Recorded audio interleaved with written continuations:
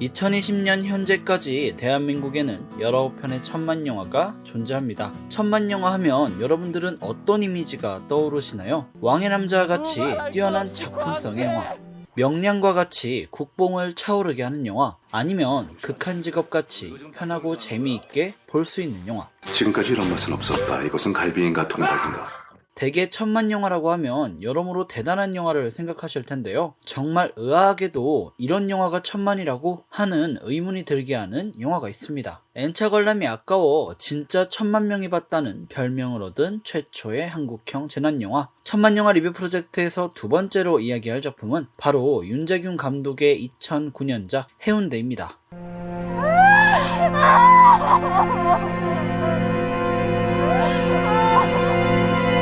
네이버에서 영화 해운대를 검색하시면 재미있는 현상을 발견하실 수 있습니다. 영화 해운대, 그 힘들다는 천만 관객을 달성하고도 이렇게 많은 분들께 욕을 먹는 이유가 무엇일까요? 하나같이 어색한 CG,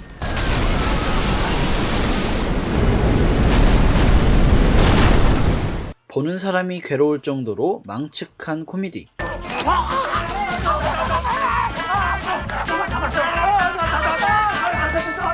스타워즈에 감동한 영화의 대사 수준, 내가 네 아빠다!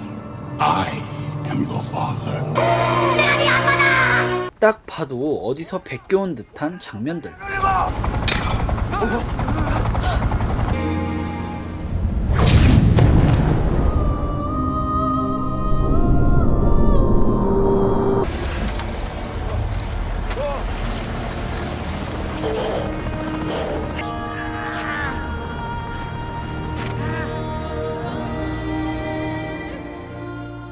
특정 지역 사람들의 표를 의식한 영화의 제목과 장면,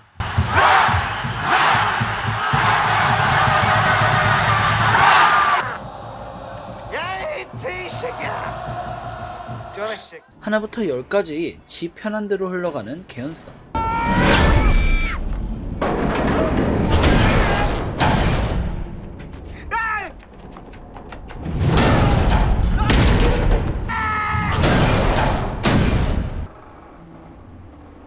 와, 이게 영화 한 편에 다 등장해? 영화 해운대, 보시는 바와 같이 문제가 많다는 데에는 그 누구도 부정할 수 없을 겁니다. 하지만 제가 생각하는 이 영화의 가장 큰 문제는 영화의 구성이 현명하지 못하다는 것입니다. 잠시 다른 영화 이야기를 해보죠. 우리는 많은 재난 영화를 알고 있습니다. 갑작스러운 기상이변으로 얼어붙은 세상에서 생존하는 사람들의 이야기를 다루는 영화 투모로우, 지구 멸망이라는 상황을 바탕으로 각종 재난을 보여준 영화 2012. 이 영화들은 모두 하나의 공통점을 가지고 있습니다. 바로 재난 영화의 기본 공식을 따르고 있다는 점이죠. 대부분의 재난 영화는 갑작스러운 재난 발생 이후 위기 상황 속에서 살아남는 주인공들의 모습에 초점을 맞춥니다. 이 과정에서 우리는 재미라는 걸 느낍니다. 영화에서 보여주는 재난 상황은 우리에게 상당히 낯선 일이며 생각만 해도 숨막히는 일이기 때문에 영화 속 주인공들이 우리 대신 그러한 재난을 겪어내는 모습은 항상 긴장되고 흥미로울 수밖에 없죠. 재난 영화를 보는 우리가 통상적으로 기대하는 부분도 이러한 부분입니다. 즉, 재난 영화에서 중요한 건 어디까지나 재난 극복 과정이죠. 우리에게 큰 인상을 주는 재난 상황 속 사랑, 우정, 희생과 같은 감동적인 소재들은 재난 극복 과정이라는 스토리가 제대로 묘사된 후에야 의미가 있는 것입니다. 정리하자면 재난 영화에서 중요한 건 영화 초반부의 재난 발생, 후반부의 심파가 아니라 재난 이후 영화의 중간 부분입니다. 하지만 영화 해운대는 이러한 법칙을 철저하게 무시합니다. 생존 과정 없이 심파에 몰빵하고 있어요. 좀 더 구체적으로 들어가 보죠. 영화는 2시간이라는 러닝타임 속에서 약 1시간 30분이 지나도록 재난을 등장시키지 않습니다. 1시간 30분 내내 초대형 쓰나미가 몰려올 것이라고 떠드는 박사 캐릭터를 가끔 등장시킬 뿐, 실제 영화가 집중하는 장면은 이런 장면이거나 너무까지 내가 줄지 모를 뭐 어짜? 또 이런 장면이죠.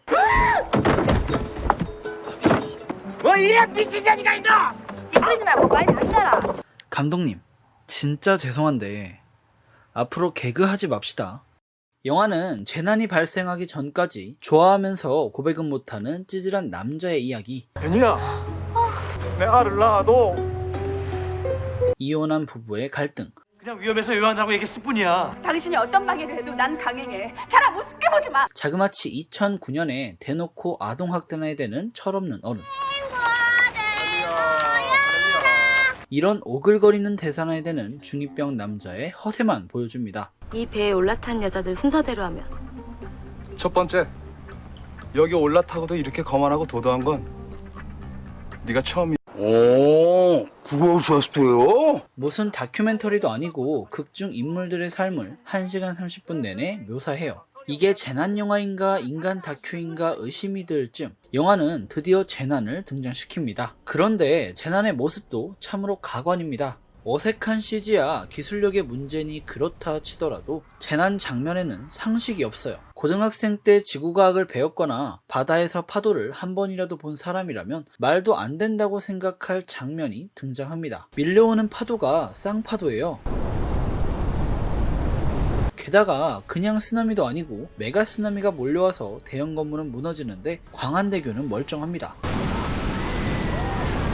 광안대교에서 살아남는 김인권의 스토리를 보여주려는 목적 때문에 스스로 내용 전개의 개연성을 파괴하고 있어요.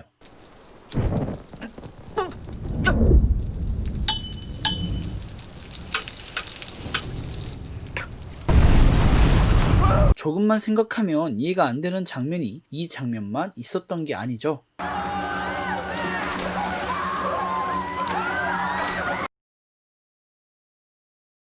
재난영화의 매력 척도는 현실성이라는 말이 있습니다. 그런데 이 영화는 아무리 찾아봐도 현실성이 없어요. 대충 보여주면 아! 하고 관객이 이해한다고 착각했던 모양입니다. 게다가 어이없는 재난 장면 이후 영화가 집중하는 것은 재난 과정 속에서 사람들이 살아남는 과정이 아니었습니다. 재난 상황을 맞이하고 나서야 드디어 화해를 하는 부부, 숨겨왔던 진심을 확인하는 두 남녀, 어머니를 잃고서야 드디어 철이 든 어른. 영화는 재난영화의 기본이라고 할 수 있는 재난 극복 과정 없이 갑자기 심파극으로 넘어가요. 이 영화에서 재난 상황은 그저 주인공들의 감동적인 상황을 이끌어내기 위한 도구로서 작용합니다. 분명 재난영화라고 했는데 이게 어찌된 일인가요? 이어지는 영화의 결말부, 감독은 단체 통곡 장면을 등장시킵니다. 영화에서 등장하는 모든 인물들이 눈물, 콧물 다 빼는 장면을 클로즈업 시켜요. 이를 보며 우리가 내릴 수 있는 결론은 하나입니다. 이 영화는 재난영화가 아니다. 심파를 위한 영화다. 제목에 혹하지 말고 포스터에 작게 적혀있는 이 문구의 의미를 생각해야 했다. 영화의 목적이 애초에 눈물에 있었다는 것. 스토리에 대한 감정이입, 공감 따위는 포기하고 예기치 못한 재난 상황 이후 희생자들 앞에서 단체로 울어대면 관객도 같이 울 것이라 생각했다는 것. 그리고 이러한 것들을 한국형 재난영화라는 이름으로 잘 포장할 수 있다고 굳게 믿었다는 안일함. 이 영화의 문제일 겁니다. 더 화가 나는 건 이 영화가 전면으로 내세우는 심파에도 치밀함이 없다는 겁니다. 영화의 마지막, 감독은 엄정화와 박중훈을 죽입니다. 딸 지민이를 혼자 남겨요. 아니, 그러면 적어도 울기라도 하든가. 부모 잃은 애가 너무 해맑습니다. 그러면 누나는 누가 구해줬는데? 나는 아저씨가 아니 아빠가. 감독은 이 장면을 찍으면서 말이 된다고 생각했을까요? 오직 심파만을 위한 목적으로 최소한의 개연성도 현실성도 무시하며 모든 상황을 감독 편한 대로 전개하는 각본이 게을러 빠진 작품. 이건 영화가 아니죠. 괜히 천만 쓰레기라는 별명이 있는 게 아닙니다.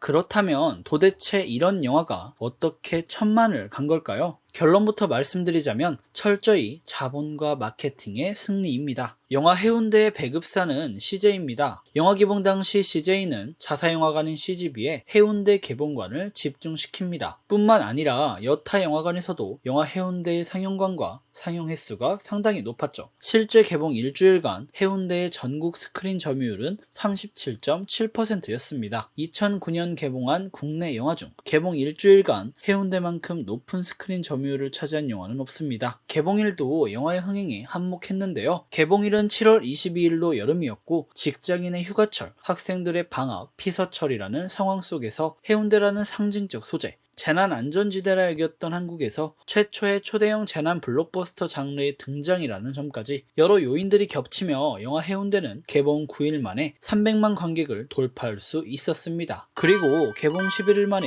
400만을 돌파하며 마이클 베이의 트랜스포머 패자의 역습과 같은 흥행 기록을 달성했죠. 게다가 하지원, 설경구, 박중훈, 엄정화 등 짱짱한 주연 배우들의 등장은 많은 사람들이 경쟁적인 국가대표 대신 해운대를 선택한 이유일 겁니다. 더불어 지역 마케팅도 이 영화의 흥행에 큰 영향을 끼쳤는데요. 영화 촬영 과정에서 부산시의 압도적인 지원을 받은 영화답게 서울, 경기 등 수도권을 제외한 지역 중 부산시의 스크린 점유율이 확연히 높습니다. 여타 지역 대비 거의 3, 4배의 수준이에요. 제2의 수도, 부산의 인구 수준을 고려해도 상대적으로 스크린이 많습니다. 게다가 영화 속에선 영화의 전개와 무관하게 단순히 부산 지역의 민심을 고려한 장치도 등장하죠. 롯데 야구의 상징 사직구장과 부산 갈매기 2대5입니다. 부산이라는 공간적 배경에 대한 친숙함, 롯데 야구 팬들을 위한 팬서비스, 공동체 문화가 익숙한 한국에서 롯데 팬이거나 부산과 관련된 사람이라면 영화를 안 볼 리 만무합니다. 그리고 영화의 흥행 초기부터 부산시 해운대구청을 시작으로 주변 지역 관공서에서 공무원들을 상대로 영화 관람을 권유하기까지 합니다. 즉, 부산이라는 지역을 홍보하고 싶은 부산시의 욕구, 작품성이 아닌 흥행만을 원했던 감독의 욕심,